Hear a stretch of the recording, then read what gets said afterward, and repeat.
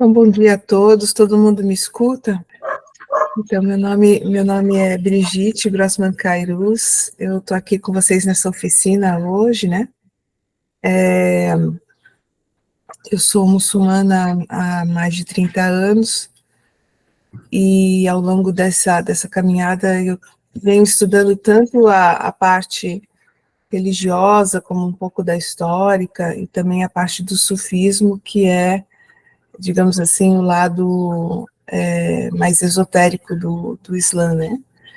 E nesse caminhar também acabei, enfim, fazendo mestrado, doutorado em História. No meu mestrado, meu mestrado foi em diáspora africana, né, no Canadá, mas aí na época a gente fazia várias disciplinas sobre a questão da diáspora africana e também sobre o mundo islâmico. Então teve uma disciplina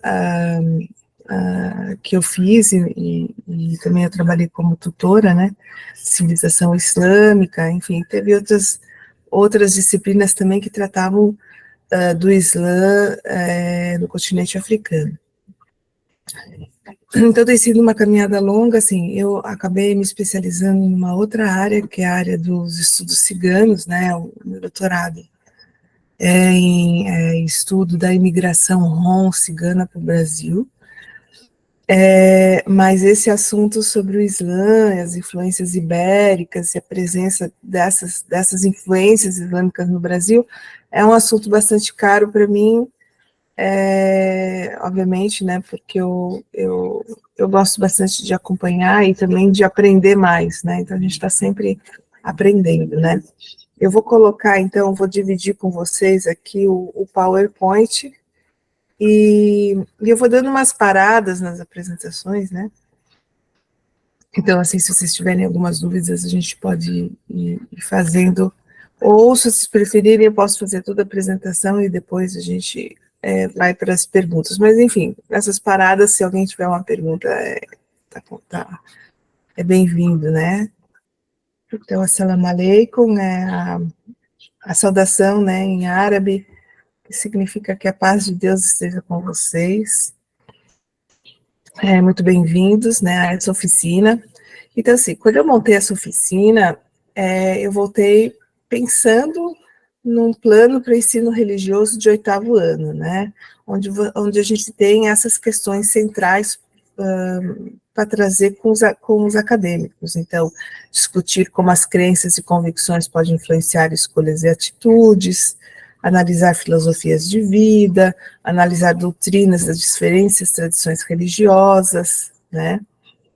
Discutir como filosofias de vida, as tradições e instituições religiosas podem influenciar diferentes campos da esfera pública, né? Política, saúde, educação, economia. E aqui eu trago hoje para vocês mais a parte, digamos assim, cultural, né? Cultural e também a parte artística no sentido da estética, da ética, de alguns conceitos, né? Então, assim, é dentro dessa proposta, assim, que essa oficina foi montada, tá bom?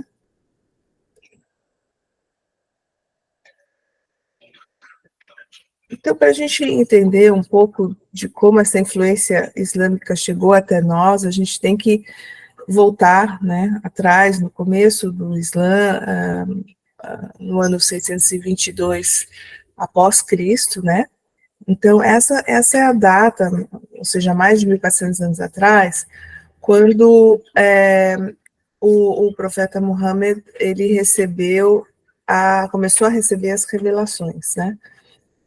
E foi muito rápido após, assim, quer dizer, nos primeiros anos, tudo teve um decorrer mais lento, né?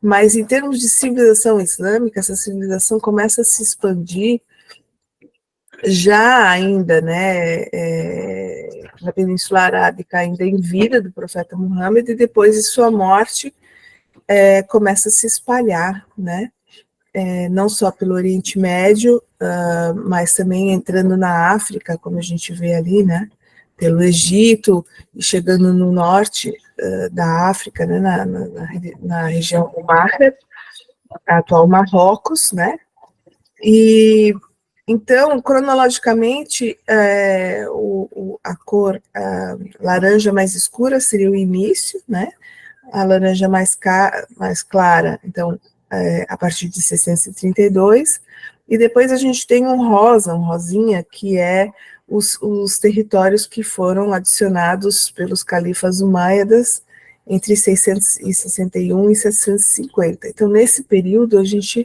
vê, enfim, esses mouros entrando na Península Ibérica, né, Portugal e Espanha.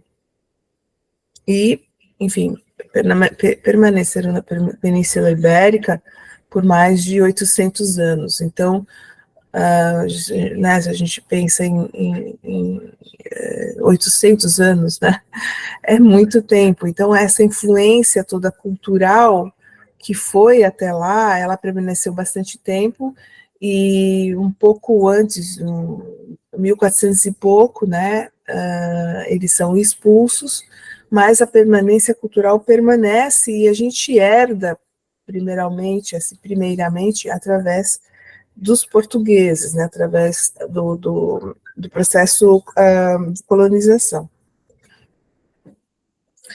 Então, para a gente entender um pouco mais sobre, em geral, aqui, né? Aqui é mais falando dos muçulmanos em geral, da concentração atual da população muçulmana. Então, a gente vai ver que o verde mais escuro é onde tem uma porcentagem quase chegando aos 100% de muçulmanos, né? E as outras, verde mais claro, onde tem, né, conforme mostra ali a porcentagem estimada embaixo, né? Então, a gente vê aqui que existe uma grande concentração de muçulmanos vivendo no norte da África, no Oriente Médio, né, e em algumas regiões já da Ásia, né.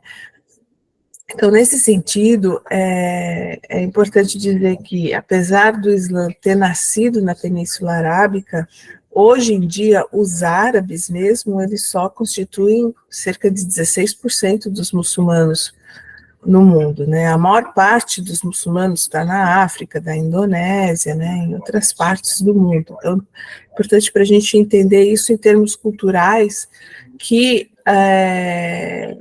enfim, os muçulmanos, eles são mais variados possíveis, né? Existem também muitos muçulmanos que migraram para a Europa, para outras regiões da Ásia, também para a América do Norte e também aqui para a América do Sul, né? Então, aqui é só mais um mapa com a concentração maior da população muçulmana. E, ao mesmo tempo, a gente tem que considerar também toda a questão da colonização, né, dos europeus em terras islâmicas. Então, eu estou falando na questão também cultural, na questão histórica, né, nessa hibridização e na questão de conflitos também que se desenvolveram através desse processo de colonização que foi imposto, né, enfim, através de britânicos, franceses, italianos, espanhóis, em regiões islamizadas, como a gente vê aqui no mapa, né. Aqui no mapa a gente vê nos coloridos do lado esquerdo o norte da África, né, Egito, Líbia, Algéria, Mauritânia, várias regiões, depois também o Oriente Médio, onde alguns lugares também foram colonizados, por exemplo, pelos britânicos no Iraque, né, pelos franceses na Síria, e assim por diante. Então, com isso, eu estou querendo dizer que existe uma diversidade étnico-cultural muito grande no Islã. O Islã não é monoliticamente árabe, né? Apesar dele ter um berço árabe e a língua árabe como uma língua, não só como a língua franca dentro das comunidades islâmicas, mas também é a língua de referência, porque o árabe é a língua de referência corânica, é a língua com a qual, né, os muçulmanos acreditam que o Corão foi revelado. Então, existe essa influência, ela é muito forte. Por exemplo, um muçulmano na China, como a gente vê esse grupo de muçulmanos do lado direito da foto, né, eles vão rezar os versículos em árabe, da mesma maneira que, por exemplo, no meio, os muçulmanos africanos ou outros muçulmanos europeus, como a gente vê no lado esquerdo da foto, né? Mas existe uma diversidade étnico-cultural imensa, né? É a mesma coisa que a gente pensar assim, por exemplo, os cristãos, né? Os cristãos hoje em dia não são mais, em sua a maioria, palestinos, né? Por exemplo, falando assim, né, que Jesus teria nascido na Palestina, né? Existem cristãos espalhados pelo mundo todo, e assim é com o Islã também. Então, existe uma identidade com a questão árabe, né, na parte linguística, mas na parte, por exemplo, de vestimentas, de comidas, da questão cultural, ela é muito diversificada. Outra coisa também que é importante da gente lembrar é que houve uma série de contribuições, não só culturais, mas científicas também, da civilização islâmica para o Ocidente. E isso aconteceu naquele movimento que eu mostrei ali no mapa, né, que quando esses mouros entram para a Europa através entrando na Península Ibérica, eles trazem consigo uma série de conhecimentos, né, que vão, digamos, vão brotar, né, na Europa. Por exemplo, a primeira universidade do mundo foi dentro da civilização islâmica, né? E esse conceito de universidade, por exemplo, é um conceito que foi levado pelos muçulmanos para a Europa. Assim como também questões científicas, né? Por exemplo, enfim, a gente pode falar da aviação, né, da arquitetura, das abóbodas, várias questões de engenharia também que foram levadas para a Europa, como, por exemplo, essa foto embaixo, é o Castelo de Alhambra, né, na Espanha, e tem inovações arquitetônicas, né, de vários tipos, enfim. Então, a questão da medicina, por exemplo, né, que foi desenvolvida a partir de Ibn Sina, até que medicina vem de Ibn Sina, na questão, por exemplo, das cirurgias, de várias questões da medicina que foram trazidas pelos muçulmanos, a questão matemática, por exemplo, o próprio nome álgebra, né, vem de algebra, também trazida pelos muçulmanos, enfim, então, até o primeiro protótipo de avião, na verdade, não foi de Santos Dumont, né, também foi um muçulmano. Toda essa parte desse conhecimento veio para a Europa, né, durante a Idade Média, e acabou sendo desenvolvido depois pelos europeus. Outra coisa também importante da gente conhecer é a questão, digamos assim, genealógica que existe, ou de parentesco que existe entre os profetas, né, de origem abraâmica, né, por exemplo, assim, todos esses profetas remontam, como a gente vê no quadro, a Adão, né, só que existe também digamos, uma referência muito direta, né, dos profetas dentro de uma herança, por exemplo, que veio de Abraão, né? Então, por isso que a gente fala as religiões abraâmicas, as religiões monoteístas, que são o judaísmo, o cristianismo e o islã, como sendo religiões abraâmicas, porque todos esses profetas, né, Moisés, Jesus e Muhammad, eles vêm de uma linhagem a partir de Abraão, né? Então, esses profetas, a gente poderia dizer que são primos entre si. E com isso, não é só uma questão de descendência profética, que também é importante, mas também de uma similaridade, né, entre as essências dessas três religiões, né? Então, quando a gente fala em conceitos como a questão do conceito do divino, de uma lista de coisas que são certas e erradas, de práticas, né? Práticas de fé, a gente vai ver que essas três religiões são extremamente parecidas, né? Então não é por menos que, por exemplo, no Alcorão, o Corão cita vários desses profetas que estão aqui elencados, né? A gente vai ver no Alcorão as histórias de Salomão, de Jesus, de Maria, enfim, de José, de Ismael, né, de Adão, enfim, todos esses profetas que a gente já conhece a partir do judaísmo e do cristianismo vão estar presentes também na narrativa corânica.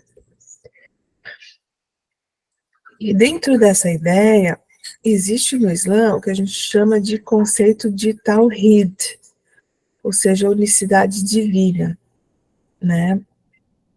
Que é transmitido através do testemunho de fé islâmica, que em árabe a gente fala La ilaha illallah, que quer dizer não há outro Deus a não ser Deus, né? Porque Allah é o nome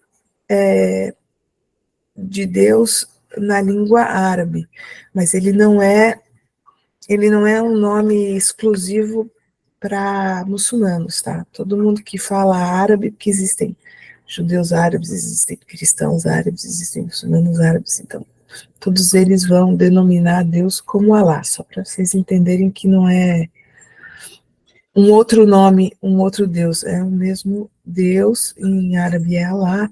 Então, quando a gente fala em Lé, Ilé, Ilalá, não existe outro Deus senão Deus. Os sufis vão dar uma outra interpretação para isso, ou uma aprofundação, uma interpretação mais adensada desse conceito, né? Dizendo que não há outra realidade a não ser a realidade divina, né? E isso é transmitido, esse princípio é transmitido na arquitetura, principalmente das mesquitas, né? Então, se a gente vê essa foto da cúpula da Mesquita Brasil em São Paulo, que é a mesquita mais antiga aqui do Brasil, que é mais ou menos foi construída na década de 50, né? Se não me engano, na década de 50. A gente vê assim, o que a gente vê nessa cúpula? A gente vê uma circunferência com um ponto central, né? E como a gente sabe, na circunferência, tudo sai toda ela, né? Se a gente for pegar um compasso e fazer uma circunferência, toda a origem da circunferência é o ponto central. Então, esse ponto central seria símbolo, né? Digamos, de Deus, de Alá, que se expande em todas as direções nessa circunferência, né? Então, ele é o centro, ponto focal, mas ele também está presente em todo o universo, em toda essa circunferência, vamos dizer assim, né? Então, aí a gente consegue lembrar numa passagem alcorânica que diz: Deus está mais próximo de ti do que tua veia jugular. Ou seja, que Deus está presente, né? Ele não simplesmente está no céu, né, em seu trono, ele é onipresente, né? E eu estou assim estressando essa parte porque isso é a essência mais forte islâmica, é esse monoteísmo, que é o monoteísmo abraâmico, porque na verdade também, se a gente for ver dentro do judaísmo, eles têm uma proposta bastante parecida, né, um conceito do divino bastante parecido a esse.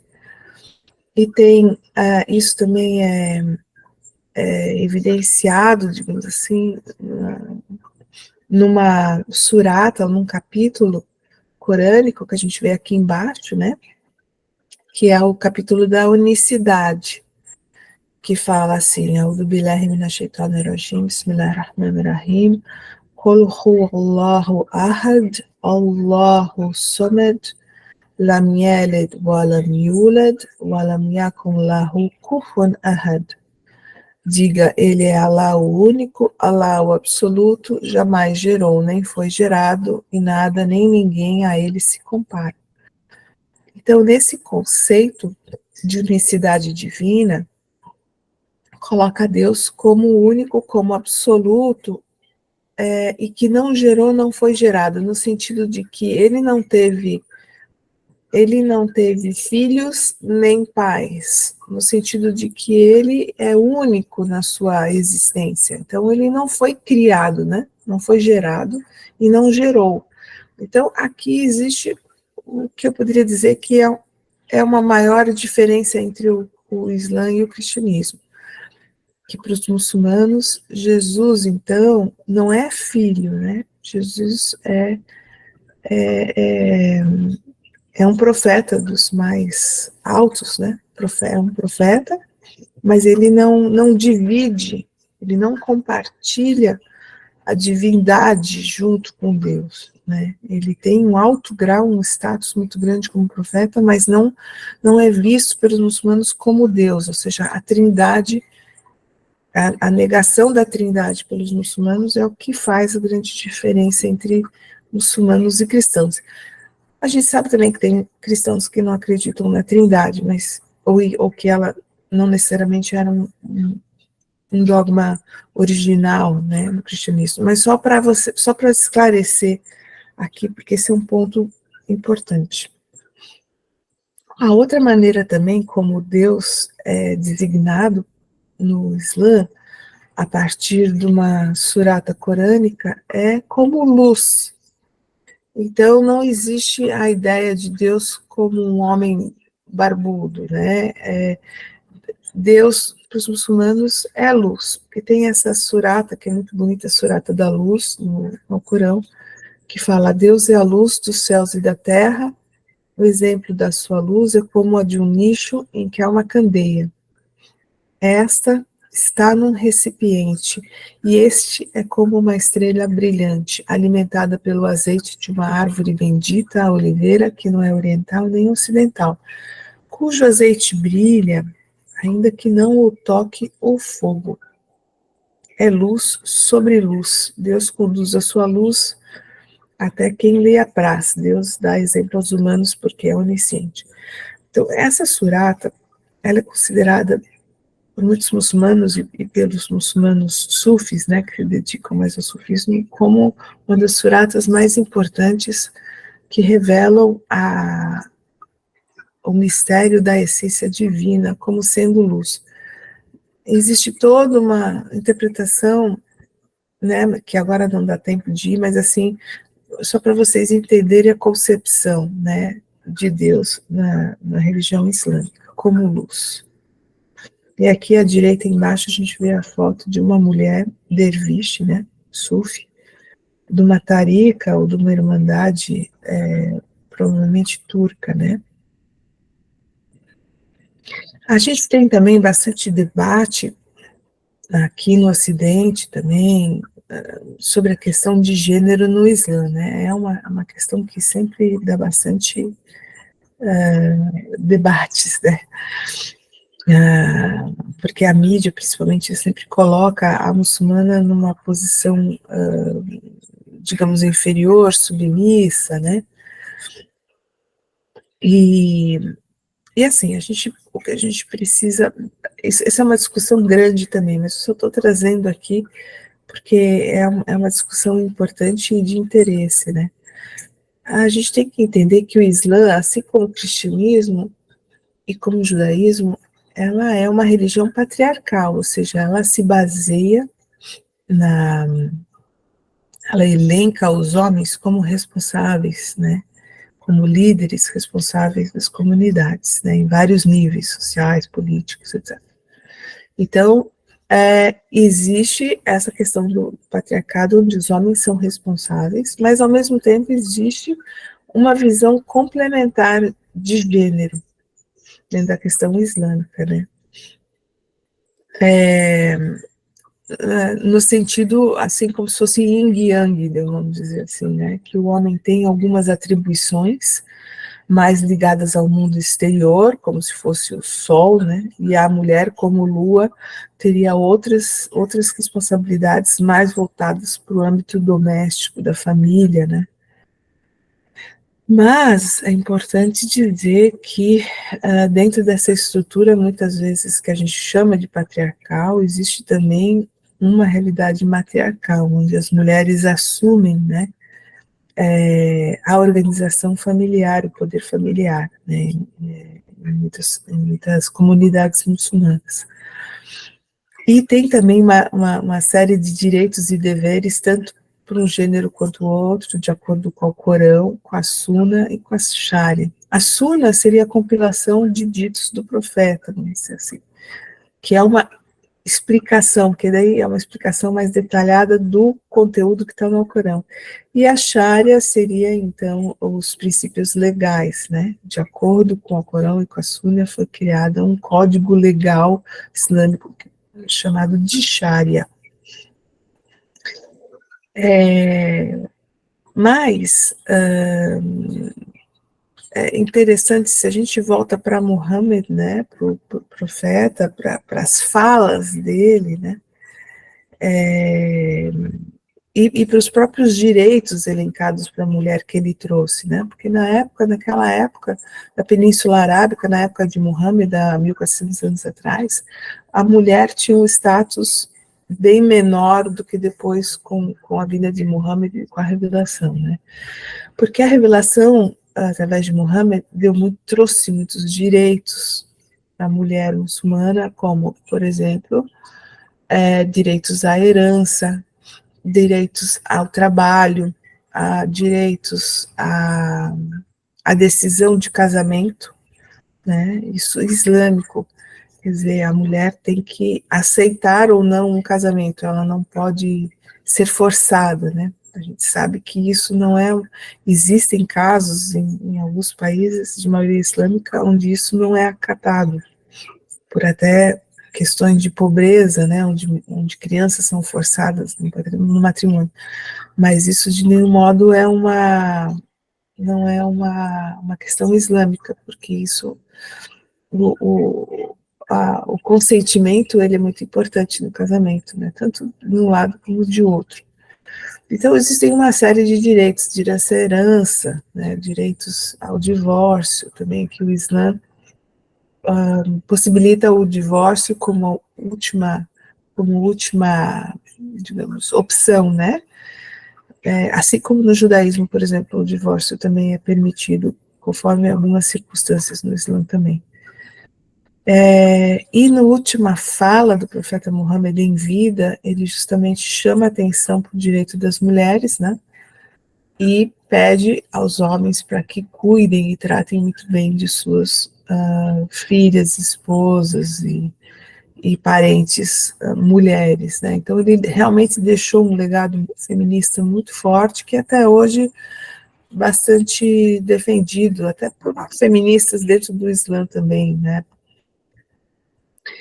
E dentre essas questões de gênero, a gente também precisa colocar os desafios contemporâneos, né, que vêm através da colonização, a colonização que houve, né, como eu mostrei antes naquele mapa, colonização europeia de vários países de maioria islâmica, a questão do arabismo, que é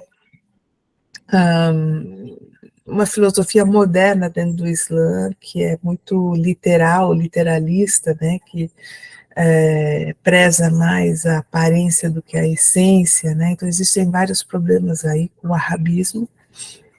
A gente também tem que pensar nos processos migratórios e seus desafios, na questão da hegemonia norte-americana e como isso influencia o mundo islâmico, né, e também na própria islamofobia, enfim, que quando a gente fala de discriminação contra os muçulmanos, existe um termo, né, que agora é bastante usado, que é o termo da islamofobia. Deixa eu só ver aqui o tempo. Então, aqui eu coloquei algumas passagens do Alcorão só para mostrar como a proposta, né, corânica vê a questão de gênero, né, ou da relação entre os gêneros, né. Então, a primeira diz: ó humanos, temei a vosso Senhor, que vos criou de um só ser, do qual criou a sua companheira, e de ambos fez descender inumeráveis homens e mulheres. Então, essa visão de que homens e mulheres foram criados de um só ser, né? Então, essa ideia de yin e de yang, né, a partir de uma unidade. A segunda parte fala quanto aos muçulmanos e muçulmanas, aos fiéis, e as fiéis, aos consagrados, consagradas, né, verazes, verazes, perseverantes, perseverantes, aos humildes, aos humildes, enfim, né? Aí fala no final, saibam que Deus lhes tem destinado a indulgência e uma magnífica recompensa. Então, essa passagem deixa muito claro das obrigações espirituais, religiosas, de ambos os gêneros, que são iguais, né? Então, essa parte é muito forte dentro do Islã, que traz obrigação religiosa de igual maneira para homens e mulheres, ou seja, todos eles têm que ser fiéis, verazes, perseverantes, humildes, jejuadores, caritativos e assim por diante, né? Todos eles têm suas obrigações espirituais para com Deus. Então, para Deus não há diferença entre homem e mulher na questão espiritual, né? As diferenças se dão no âmbito social, vamos dizer assim, né? E essa passagem é muito bonita, elas são vossas vestimentas e vós os sois delas. Esse do sentido é uma passagem mais para os casais, né? Para os homem e mulher casados, né?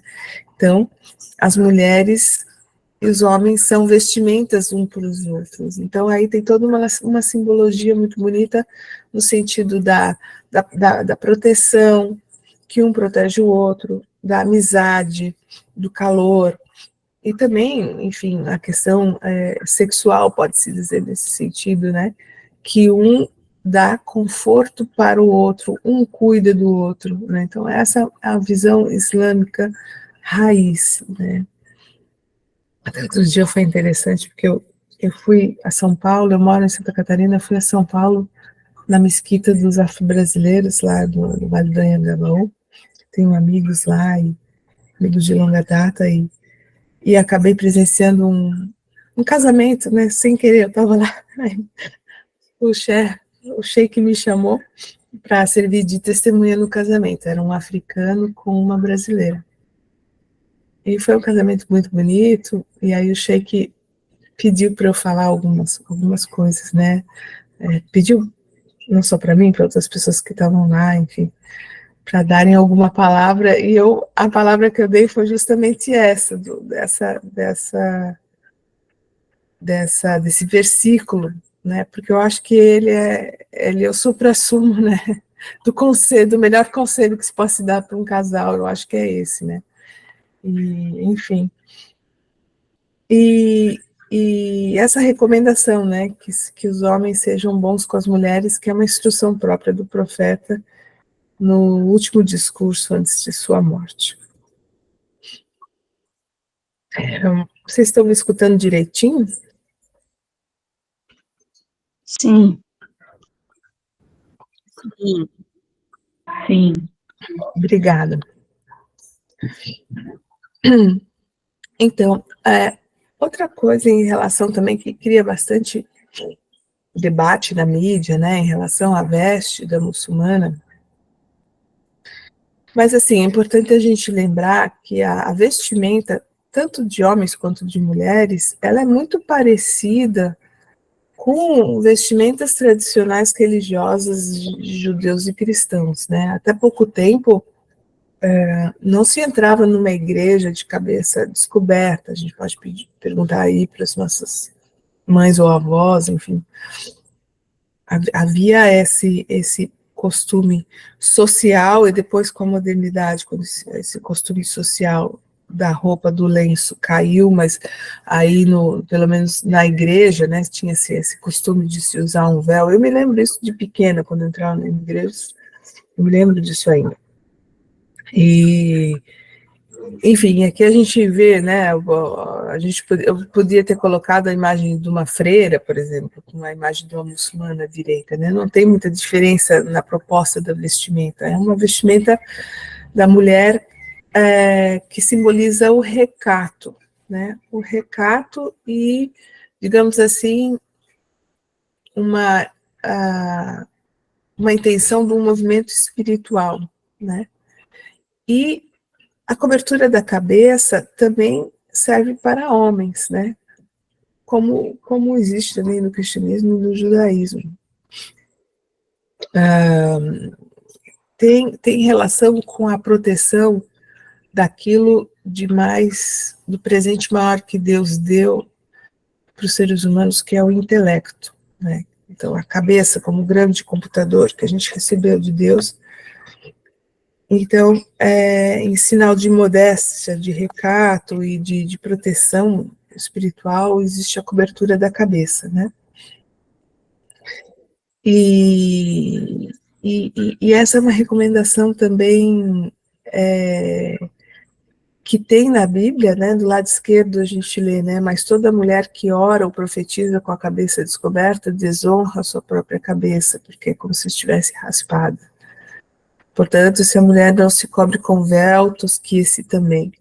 Né? A parte da Bíblia, do lado direito, a gente vê uma parte corânica que fala: dize as fiéis que recatem os seus olhares, conserve os seus pudores e não mostrem os seus atrativos além do que normalmente aparecem, né? Que cobram o colo com os seus véus, etc. Então, só para lembrar que essa questão da vestimenta no Islã, ela é uma questão tradicional, assim como existe também para as outras religiões monoteístas, e não é nem só para as religiões monoteístas, né? Outras religiões,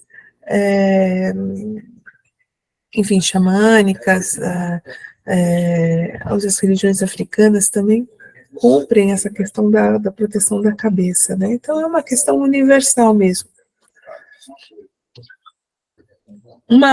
Aqui, só estressando um pouco a questão da islamofobia, né? Então, o que é a islamofobia?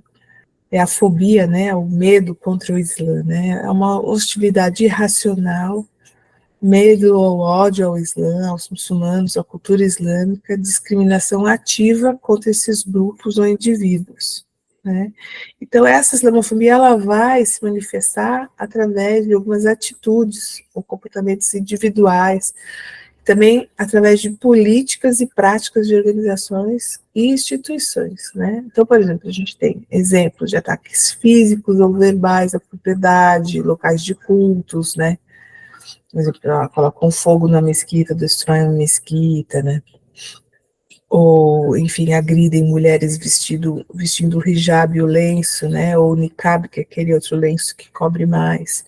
Ameaças verbais, né? De violência, políticas ou legislação que visam indiretamente ou afetam os muçulmanos, né? Por exemplo, na França, que as meninas na escola não podem usar o lenço para estudar, né?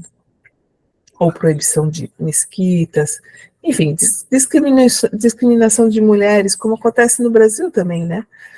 No emprego, né, acesso a bens e serviços. Aqui no Brasil a gente tem também muçulmanas que se cobrem e que não conseguem, muitas vezes, um emprego pelo simples fato de estarem usando um lenço na cabeça, né?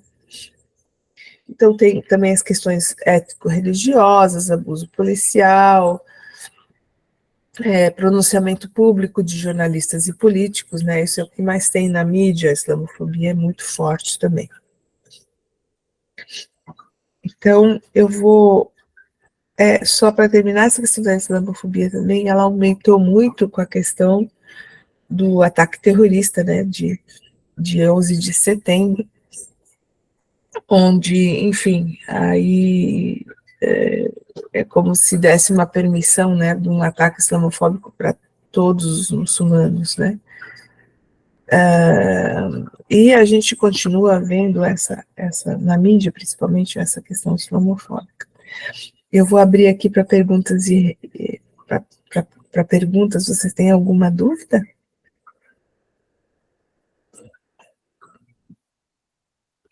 Sim, não, sim. Professora, Uhum. eu, Heraldo. Oi, Heraldo. Eu sou curioso, eu sou uma pessoa curiosa em relação às diferentes religiões. Uhum. Se alguém me perguntar hoje, eu nasci católico, né? Sim. Ou seja, nasci cristão, mas eu não frequento. E se a senhora me perguntasse hoje qual seria a minha religião, eu não saberia dizer. Eu acho que eu sou de todas as religiões. Eu tenho curiosidade em aprender sobre a maçonaria, eu tenho curiosidade em aprender sobre o islamismo, eu tenho curiosidade em aprender sobre o budismo, sobre todas as religiões. Sim. Uma pergunta a senhora, uma pergunta pessoal, se a senhora puder responder. A senhora nasceu muçulmana, que a senhora falou no início da sua fala, que a senhora é muçulmana há mais de 30 anos, né? Sim. E o muçulmano brasileiro, ele precisa saber falar árabe, como eu vi a senhora falando aí, ou não? Sim. Na verdade, não, né? Porque, assim, o que acontece? Como o Islã, ele tem muçulmanos no mundo todo, né? E a religião que mais cresce hoje em dia no mundo, né? Ou seja, que tem o maior número de conversos. Então, essa é uma realidade no mundo inteiro. No Brasil também tem um movimento de conversão, né? Eu sou da velha guarda, da década de 90. Na minha época, tinham poucas pessoas se convertendo para o Islã. Hoje tem muito mais gente. Então, assim, porque como não é uma religião ligada a uma questão étnica única, que nem cristão, você pode ser de qualquer etnia, de qualquer nacionalidade, você pode ser cristão, ou você pode ser, né?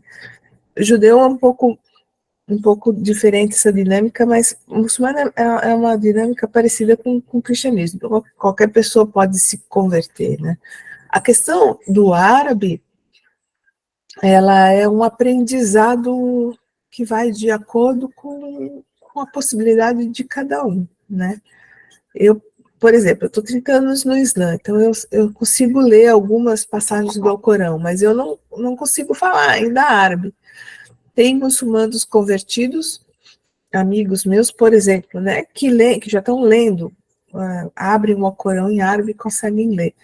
Então, depende de cada pessoa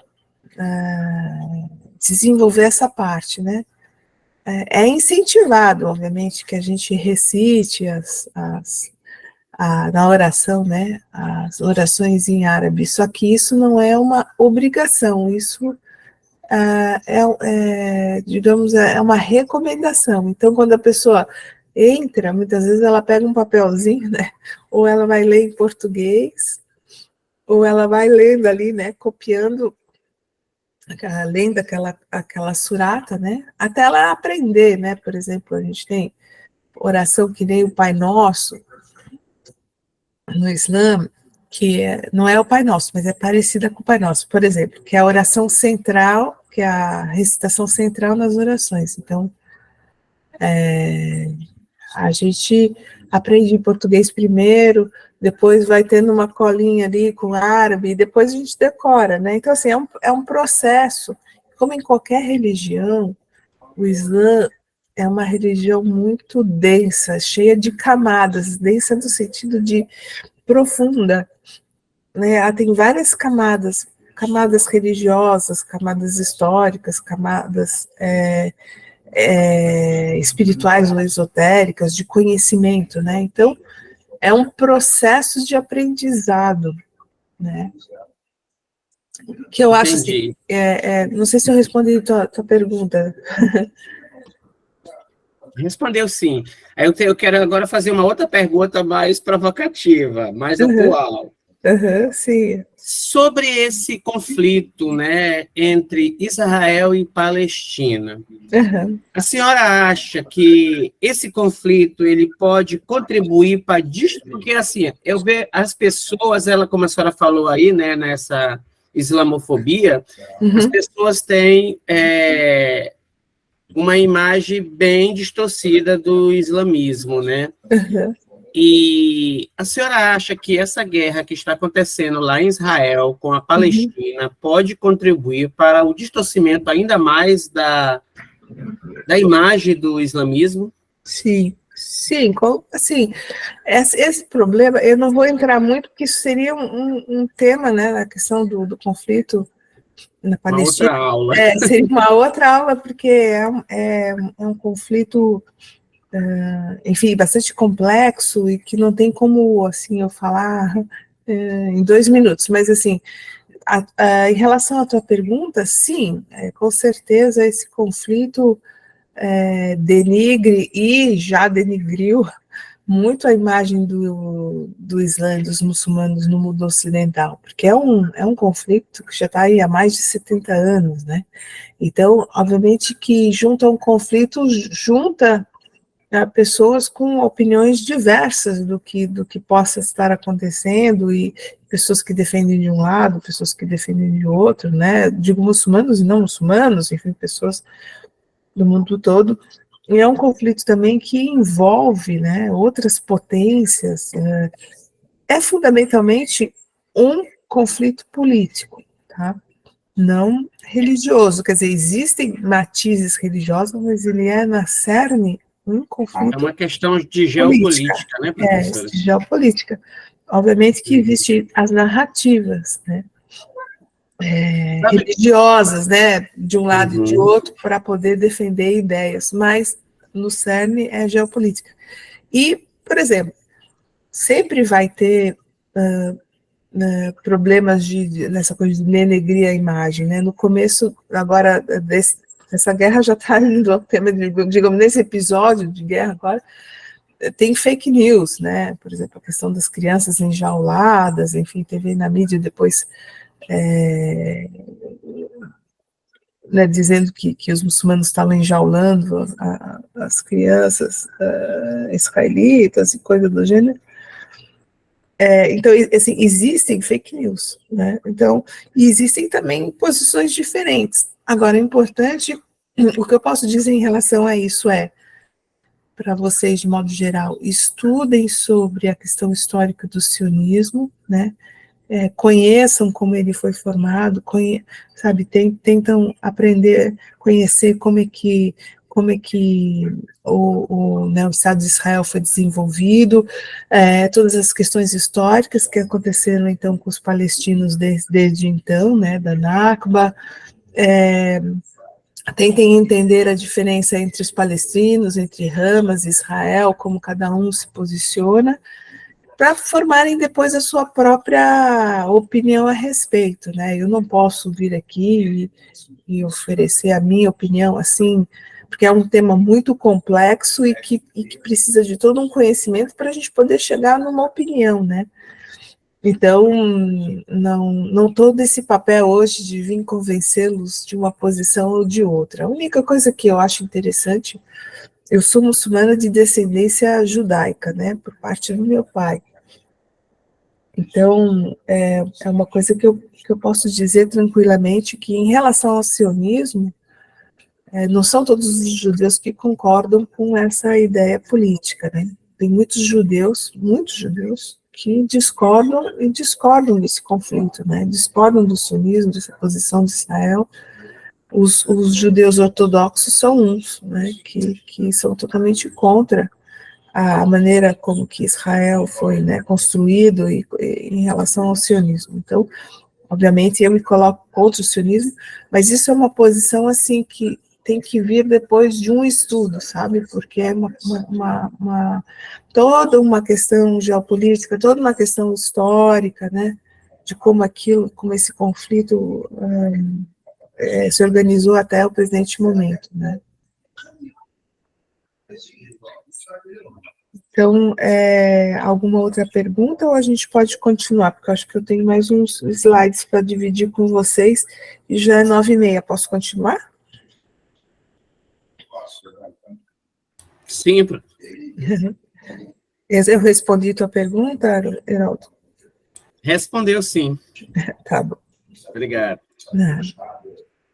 Então, voltando aqui, né, para a gente entender a expansão islâmica, aquele mapa que eu voltei, né, a gente viu nesse mapa aqui, que, enfim, houve essa expansão islâmica para dentro da Península Ibérica, que é Portugal e Espanha, que é ali rosinha, em cima do lado esquerdo, né, está escrito Andaluzia.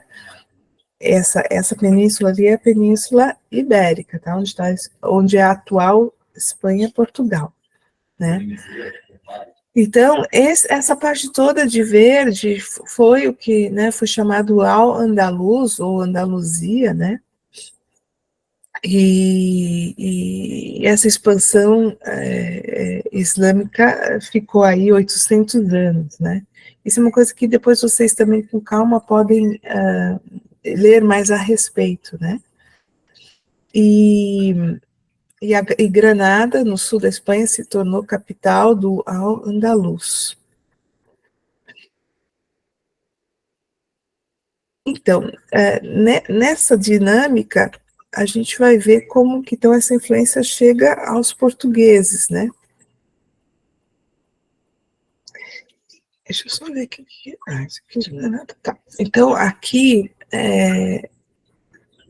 a gente vai ver que esses proto-portugueses eles vão receber toda essa influência étnica, cultural, espiritual do Islã, né? Que eu estava falando para vocês. Então, essa influência cultural, a gente vai ver ela de diferentes maneiras. Por exemplo, em Portugal, né? Na arquitetura, a gente prestar atenção nessa antiga mesquita de Mértola, né, que hoje é uma igreja cristã, que é do século XVI, né? De novo aqui no Palácio de Alhambra, que foi construído entre 1248 e 1354, na Espanha. Também na mesquita Catedral de Córdoba, né, no ano de 786, essa influência toda através dos arcos, né, essa arquitetura que ficou tão forte depois na Europa. Aqui é interessante esse pavilhão dos arcos, né, que dá essa... A gente olha assim e deixa o olhar se perder, dá essa impressão do infinito, né, como ele se espalha, assim, né, ou dos vários mundos, ou das várias possibilidades para o infinito, né. É muito bonito esse pavilhão, na minha opinião. Também a gente pode pensar na própria questão linguística, né. O Rueis, que foi aquele escritor, né, o autor do dicionário Rueis, de origem árabe, ele foi um grande estudioso da língua portuguesa e também da influência do árabe na língua portuguesa, né. Ele falou que existe aí 25% das palavras do português vêm do árabe, justamente por essa permanência dos árabes, né? Então, quando a gente fala de jasmim, laranja, tâmara, romã, alfaiate, alaúde, alferes, né? Açúcar, chá, tantas palavras que a gente usa no nosso dia a dia no português são todas palavras árabes, né? Então, muitas vezes a gente não se dá conta disso, né? Quase 30% das palavras. E por que isso é uma realidade, né? Porque, na época, o árabe na Península Ibérica, ele chegou a ser uma língua franca, uma língua de cultura, uma língua que era falada por todos, muçulmanos e não muçulmanos.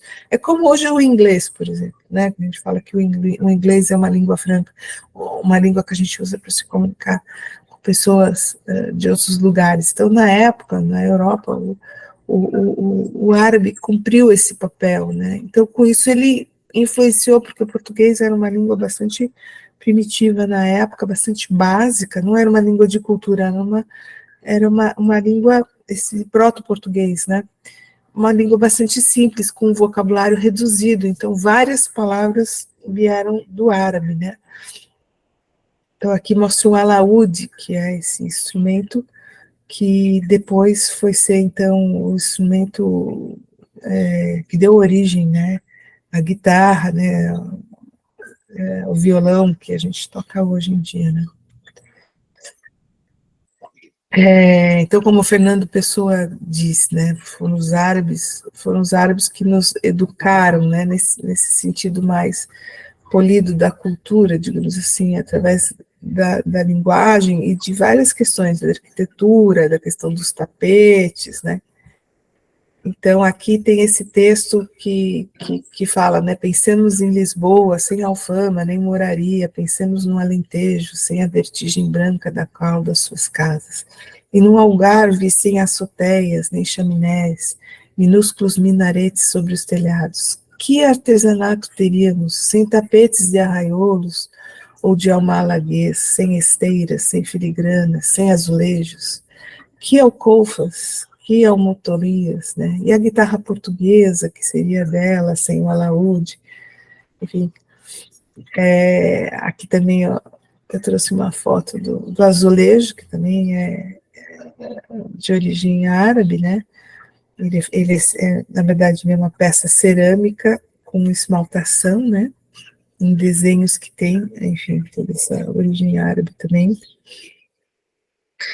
E entra na questão também da música, né? Se a gente pensa, por exemplo, também nessa alquimia que foi feita pelos ciganos, que misturaram, então, toda essa cultura árabe com as heranças mesmo portuguesas, espanholas, né, e ciganas, enfim, trouxeram toda essa cultura para nós também, desde o começo do século XVI aqui no Brasil, ou seja, a própria cultura cigana está impregnada também com elementos árabes, e se a gente for escutar um fado, não sei se vocês gostam de música portuguesa, que nem eu, da Marisa, é muito árabe, né? Muito árabe mesmo. Não tem como negar na melodia, no canto, na entonação, tudo, né? Enfim, aqui é um glossário dessas palavras desse texto, né?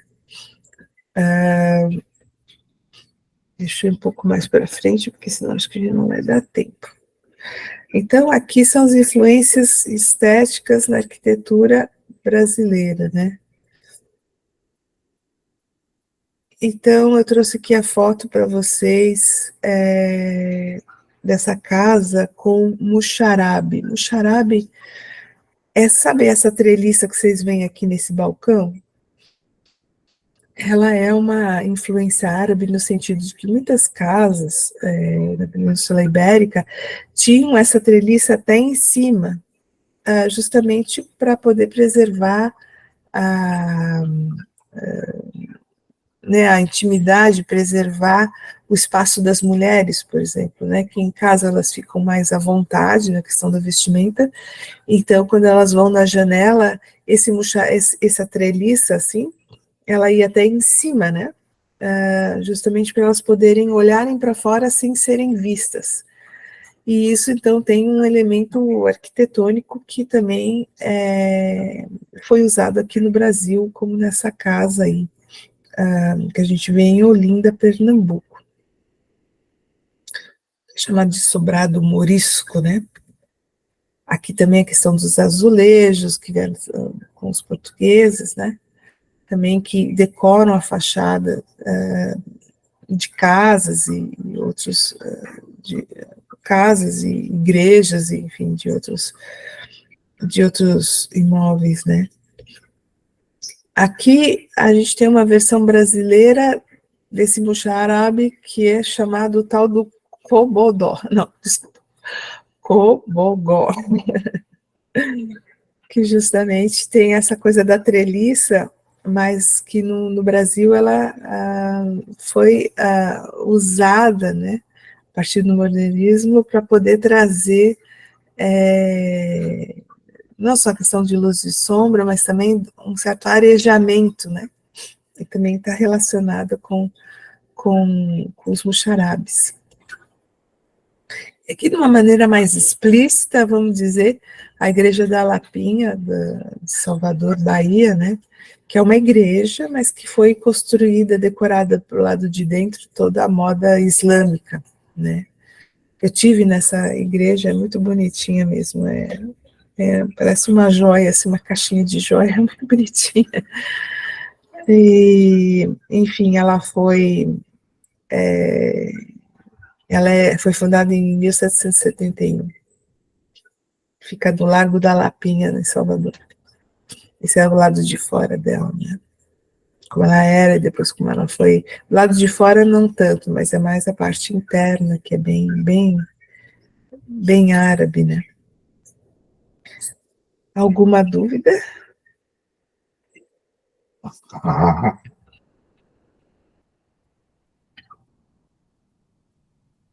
Está todo mundo vivo do outro lado?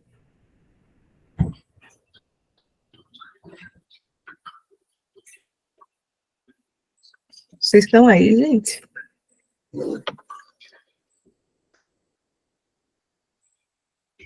Sim. Então tá bom. Então eu vou terminar aqui com algumas propostas pedagógicas, né, para o 8º ano, que vocês podem trabalhar em sala de aula, né. Então, de novo,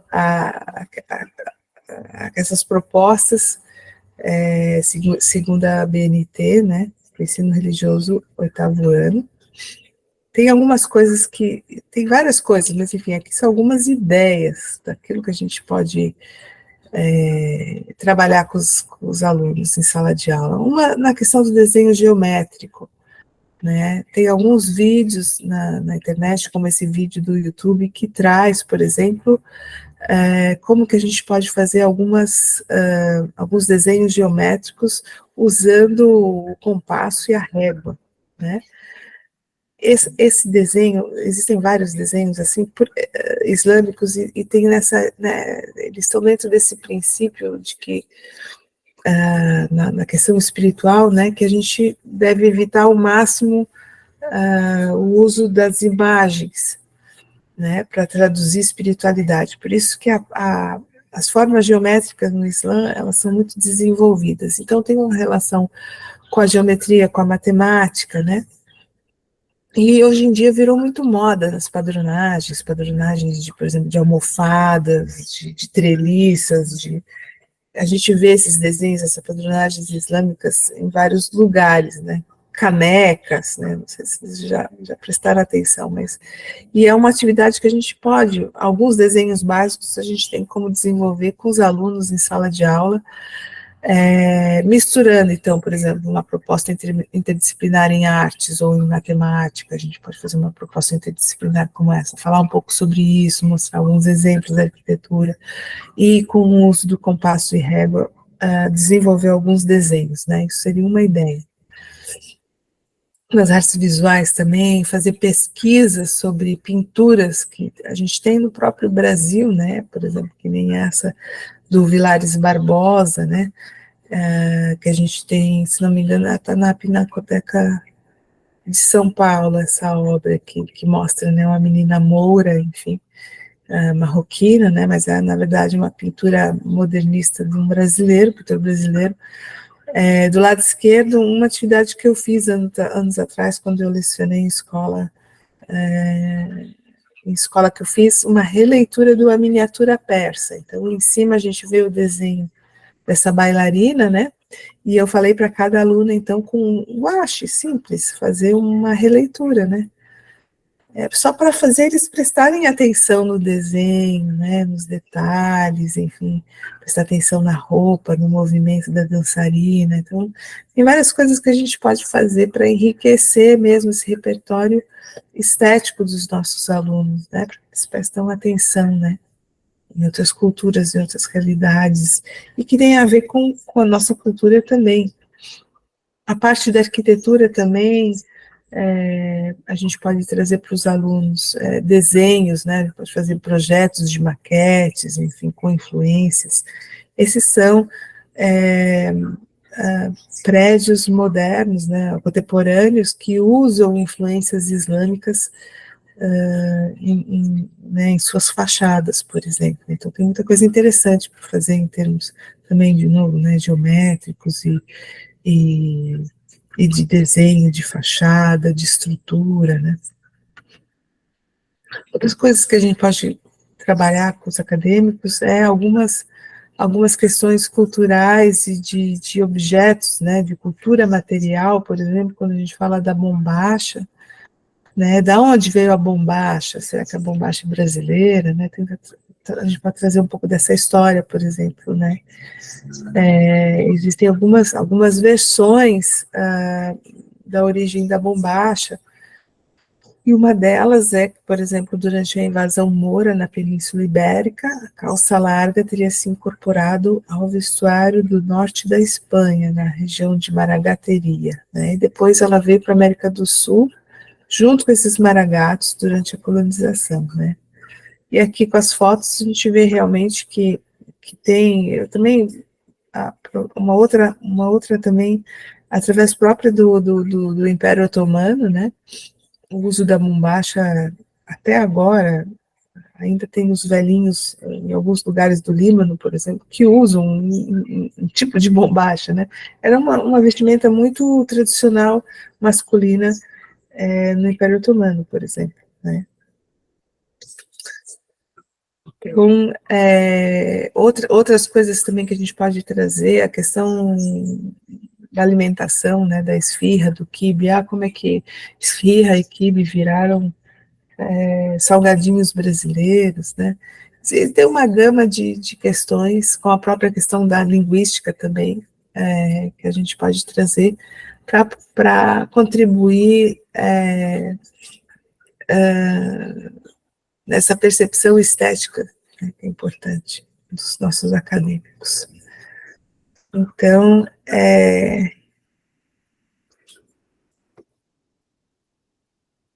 deixa eu ver se eu consigo sair daqui.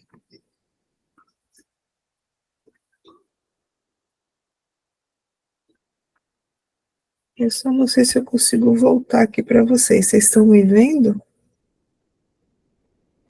Vendo e ouvindo. Então, tem alguma outra pergunta, dúvida, enfim, feedback sobre a oficina, o que vocês acharam do tema?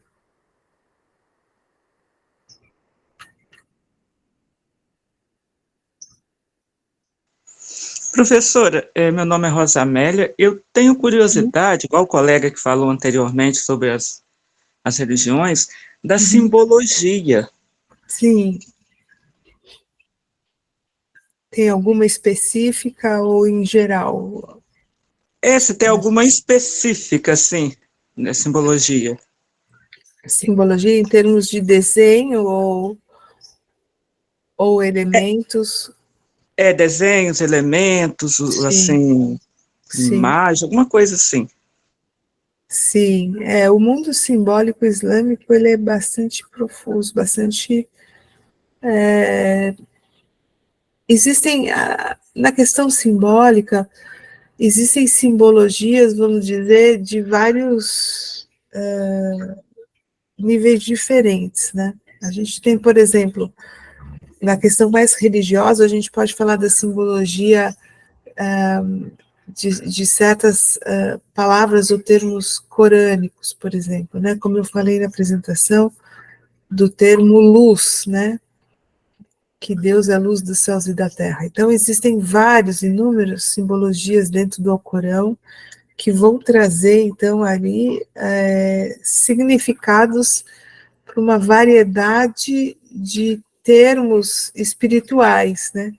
Porque o Islã, ele abarca não só a realidade aqui desse mundo, que chama da Dúnia, né?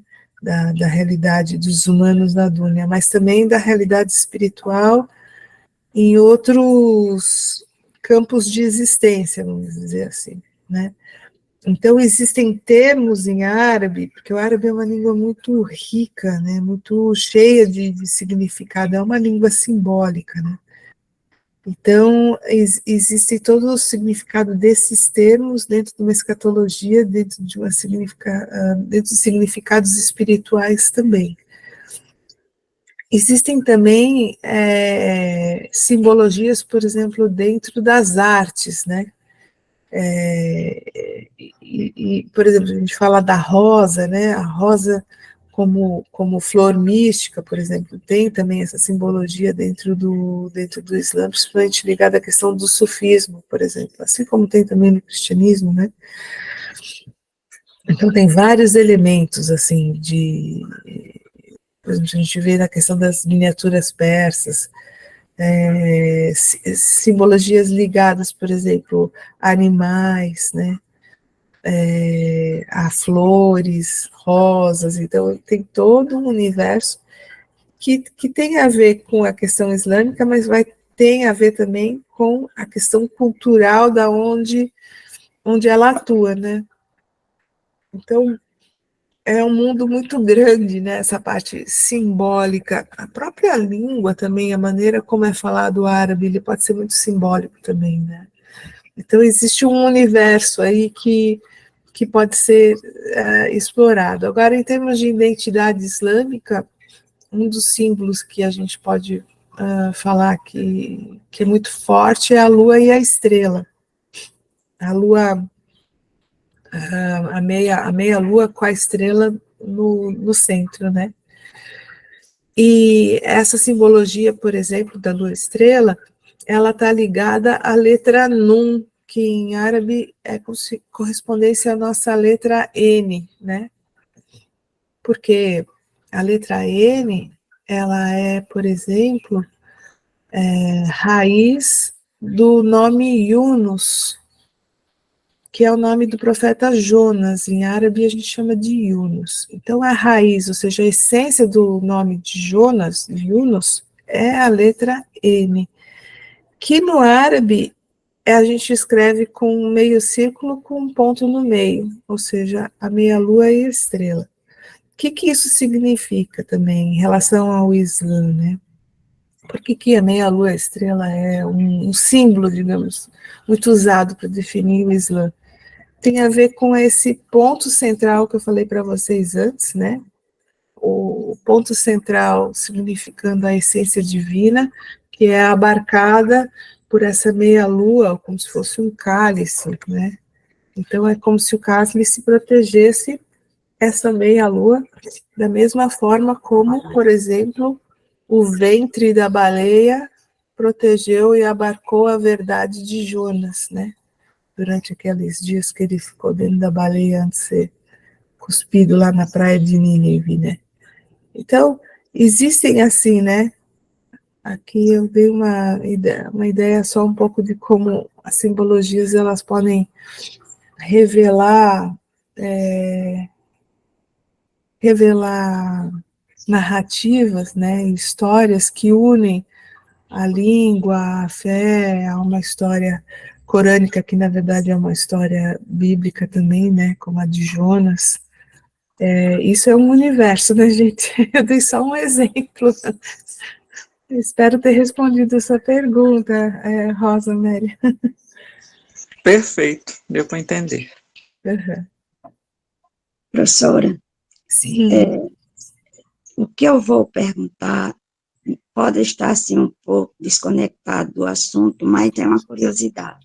Pois não. A questão de existência, haver vida após morte, como é isso visto? Existe isso dentro do Islã, dessa visão, dessa tradição islã? Sim. Como existe dentro do cristianismo, que a vida após morte? Sim. Eu acho que a posição islâmica, assim, referente a isso, é bem parecida com a questão cristã, no sentido que sim, né? Existe vida pós-morte, ou seja, a vida não é somente nesse mundo, na verdade, a vida desse mundo, ela é muito ilusória, ela é um estágio curto de existência das almas, né? Que estão destinadas realmente à plena existência, numa vida após a morte. Então, na visão islâmica, não tem a crença de reencarnação. A visão islâmica acredita que a alma vive aqui nesse mundo, sujeito a todo tipo de desafios, né? Apresentando a Dúnia, ou esse mundo, como um mundo de desafios, não um mundo fácil, totalmente onde existe o bem e o mal, né? Então, a alma tem que aprender de tudo para conhecer o seu Criador através dessa batalha entre o bem e o mal, que é dessa maneira com a qual a alma vai conseguir conhecer a Deus, né? E valorizar a Deus, né? E a real existência é após a morte junto a Deus, numa presença mais numa proximidade mais clara, mais aparente com Deus, né? E isso vai depender do esforço que cada alma faz aqui. nessa vida, né? Nessa vida temporária, né? Então, isso de uma maneira muito breve, né? Não era muito breve, mas enfim, toda alma vai saborear aquilo que semear nessa vida, na outra vida. Então, se a pessoa se esforçar, enfim, fazer todo um esforço de... porque essa palavra jihad, né? Que muitas vezes é traduzida como luta, enfim... Na verdade, essa luta do jihad, o profeta Muhammad falou que o grande jihad é aquele que a gente luta contra nós mesmos. Então, é a luta que a gente faz contra o nosso próprio ego nessa vida, né? Ou seja, tentando entender, se desfazendo das ilusões do ego, do orgulho, né? Tentando compreender a verdade de Deus através de todas as ilusões, todos os desafios com os quais a gente se depara no dia a dia, né? Então, se a pessoa, digamos assim, a visão islâmica é essa, se a pessoa consegue realizar essas lutas contra o seu próprio ego e vencer o seu próprio ego, né? Através do conhecimento, da questão espiritual, enfim, ela vai ter um bom destino na outra vida, né? Mais ou menos isso. Obrigada.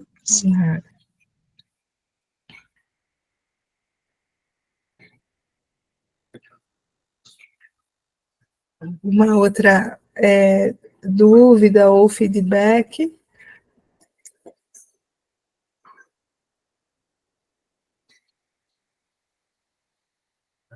Parabéns, estou muito satisfeita.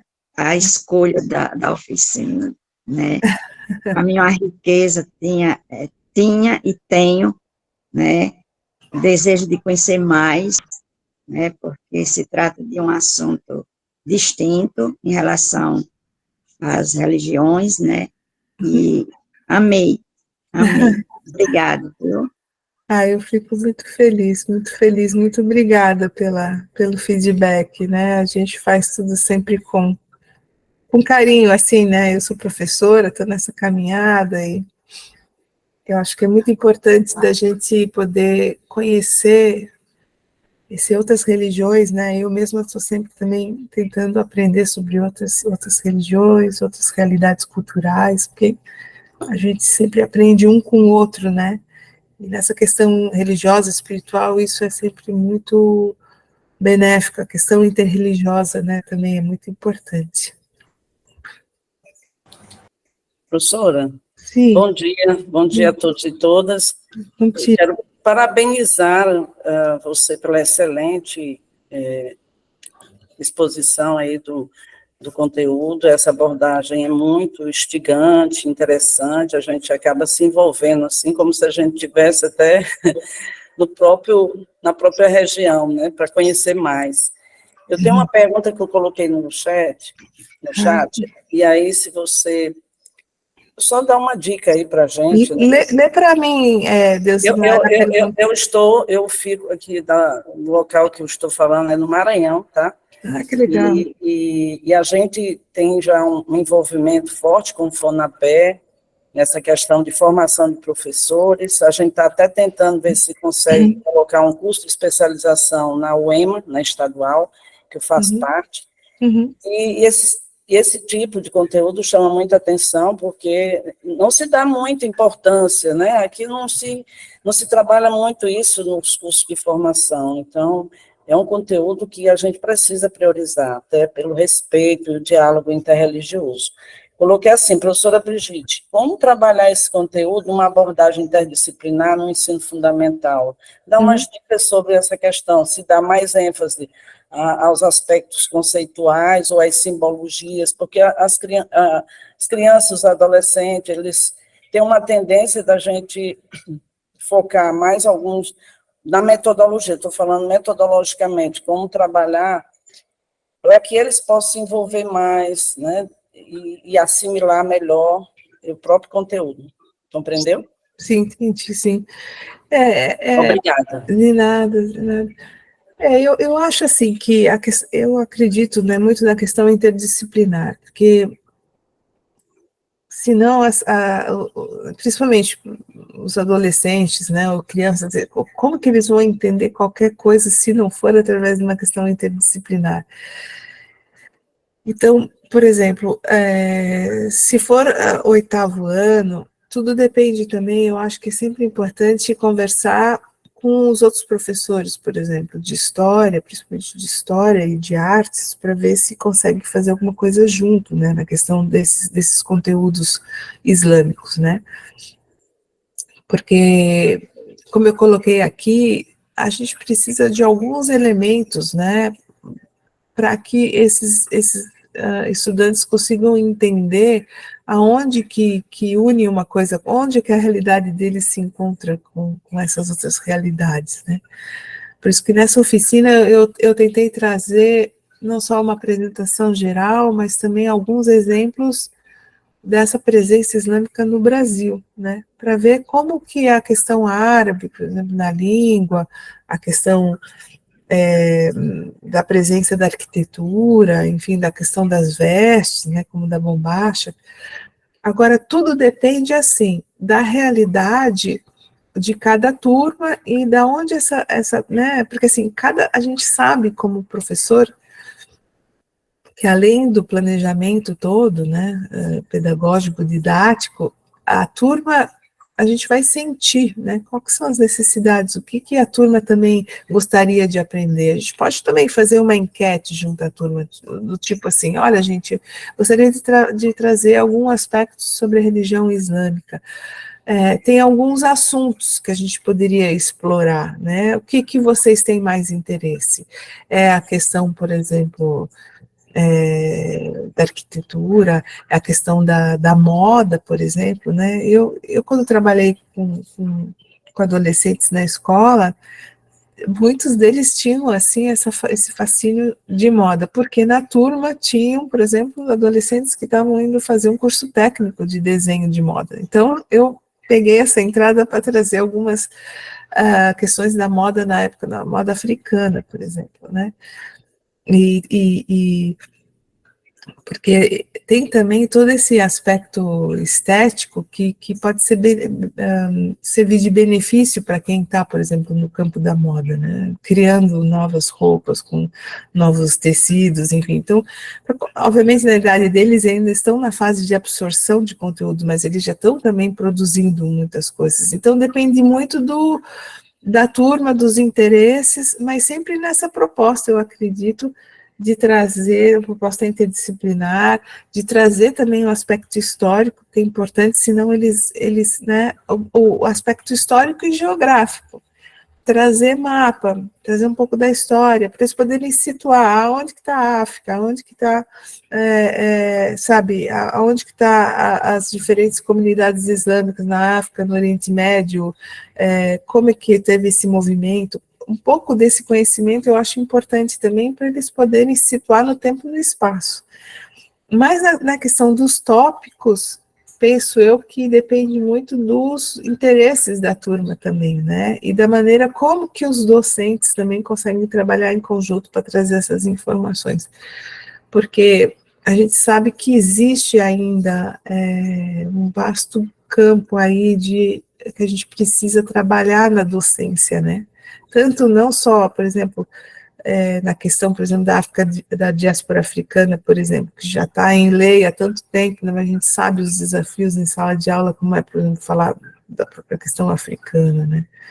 Então, quanto mais a gente falar da questão islâmica, sabe? Então, é um trabalho de equipe, eu sugiro isso, um trabalho de equipe entre os docentes de geografia, história, artes, né? Por exemplo, né? Pode até trazer alguém de matemática, se quiser trabalhar com a questão geométrica, ver com a turma qual que é o campo de interesse, né? E a partir daí fazer uma estratégia, porque nós docentes a gente também tem que estar pesquisando, entende? Porque ainda mais nessas propostas de ABNT, né? Desculpa, de BNCC, a gente precisa está se formando também, porque a proposta, ela é uma proposta, digamos, de desafio, né, que coloca a gente além dos nossos limites. A gente tem que ir atrás também, primeiro fazer a nossa tarefa de casa, pesquisar, ver com quem que a gente vai trabalhar com os colegas, ou se a gente estiver sozinho, enfim, montar uma proposta em relação à turma, para a gente conseguir aplicar, né, mais ou menos por aí. Não sei se eu respondi sua pergunta, Deusimar. Excelente, professora, muitíssimo obrigada. Estou satisfeita. Obrigada. Nada.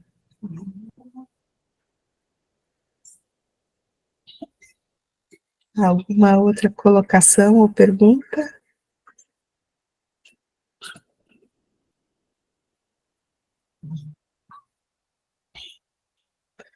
Podemos finalizar, então? Já são 10 horas. Acho que a gente já estourou o tempo. Vocês também devem ter outras oficinas para participar. Gostaria de agradecer imensamente a presença de vocês aqui e estou à disposição, né? Vocês podem me contatar no meu e-mail, se tiver alguma dúvida. Meu e-mail institucional, trabalho na Uniaselv, então seria Brigitte, do jeito que vocês leem aqui, ó, brigitte.cairos@uniaselv.com.br. Foi um prazer, professora. Obrigada, Heraldo, o prazer é todo meu.